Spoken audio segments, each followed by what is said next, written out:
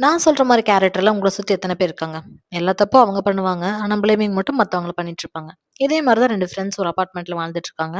ஒருத்தர் வந்து காமா, கூலா எப்பவுமே நீட்டா, ஆர்கனைஸ்டா இருப்பாரு. இன்னொருத்தர் எப்பவுமே அவசரம். எல்லாத்துலயும் அவசரம். ஒரு வேலை பண்றப்ப, இன்னொரு வேலை பண்றது, இன்னொரு வேலை பண்றப்ப, அடுத்த வேலை பண்றப்ப என்ன ஆகுது அப்டின்னா, அவரு டெய்லியும் வந்துட்டு டோஸ்ட் பண்ணி சாப்பிடுற ஹேபிட் இருக்கு. அந்த டோஸ்ட் எப்பயுமே அவருக்கு வந்து ஒரு கரெக்ட்டான ஒரு ப்ரொசீஜர்ல கிடைக்காது. ஏன்னா எல்லாமே கருக்கிருவாரு. ஏன்னா அத பண்ணிட்டு இன்னொரு வேலைக்கு போயிருவாரு.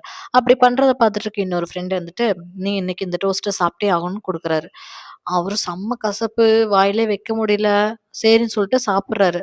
2, 3 நாள் அவரு அந்த ரொட்டீன பண்ணவும், இவரு பாக்க இவரு "நீ சாப்பிட்டு தான் ஆகணும்னு" சொல்லிட்டு உட்கார சாப்பிட வைக்கிறாரு. 3வது நாள் பாக்குறாரு. இது வேலைக்கு ஆகாது. கடைசில இந்த கருன ரொட்டி நான் தான் சாப்பிடணும்னு சொல்லிட்டு, கம்முனு ஃபோன் எல்லாம் வச்சுட்டு வேற எந்த வேலையிலும் ஃபோக்கஸ் பண்ணாம, கான்சன்ட்ரேட்டடா அந்த பிரெட்ட வந்து டோஸ்ட் பண்ணி சாப்பிட்டாரு. அவ்ளோ டேஸ்ட்டா டெலிஷியஸா இருந்தது.